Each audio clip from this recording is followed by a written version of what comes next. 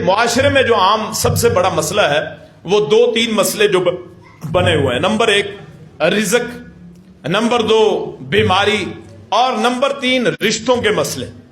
یہ تین بنیادی آج جو معاملات چل رہے ہیں کہ جی رزق پورا نہیں ہو رہا، یا پھر دوسرا یہ ہے کہ بیماری ہے جسم سے جاتی نہیں، تیسرا یہ ہے کہ جی رشتے نہیں ہوتے، بہنوں کے، بھائیوں کے، اپنے رشتوں کا مسئلہ ہے. تو درود پاک کے میں تینوں علیحدہ علیحدہ آپ کو تینوں کے لیے بتا دیتا ہوں، وہ نوٹ کر لیں، اللہ پاک تمام پہ رحمت فرمائے گا.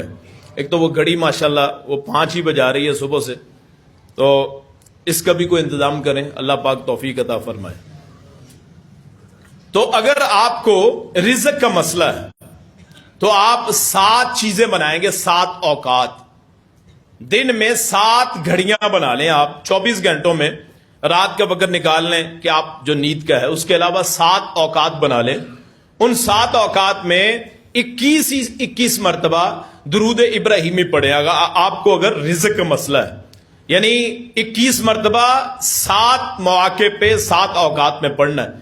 انشاءاللہ ایک ہفتے میں آپ کا انشاءاللہ رزق کا مسئلہ حل ہو جائے گا. اگر آپ کو بیماری کا مسئلہ ہے، اس کے لیے آپ 3 اوقات رکھ لیں، 3 اوقات وہ رکھ لیں. ان میں آپ نے 33 مرتبہ پڑھنا ہے، اور 1 مرتبہ 34 کر لیں تو 100 مرتبہ ہو جائے گا. انشاءاللہ آپ کی بیماری ختم ہو جائے گی. اگر آپ کو رشتوں کا مسئلہ ہے تو اس کے لیے آپ نے، چونکہ انسان کے مرحلے 4 ہوتے ہیں، ایک بچپن، ایک لڑکپن تھوڑی سی بڑی عمر، ایک جوانی اور ایک بڑھاپا. یہ 4 اوقات کے لحاظ سے آپ 4 رکھ لیں. یہ 4 چیزوں کے لحاظ سے، چونکہ آدمی کے ویسے 7 مراحل ہوتے ہیں لیکن 4 بنیادی ہیں، تو یہ 4 اوقات رکھ لیں کوئی بھی دن میں. ان میں آپ نے ہر مرتبہ 29 مرتبہ درود پاک پڑھنا ہے.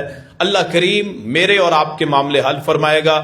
آخر دعوانا ان الحمد للہ رب العالمین.